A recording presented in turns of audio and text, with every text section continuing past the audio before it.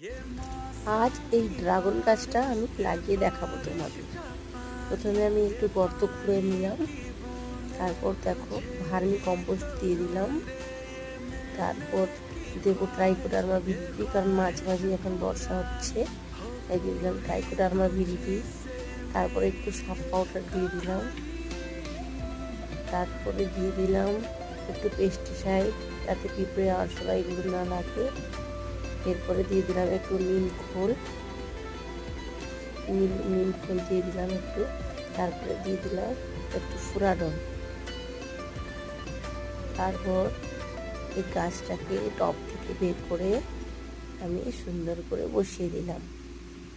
দেখো সুন্দর করে বের করে আমি সেই গর্তের মধ্যে বসিয়ে দিলাম, বসিয়ে মাটি চারদিকে দিয়ে দিলাম, তার সাথে জল দিয়ে দিলাম।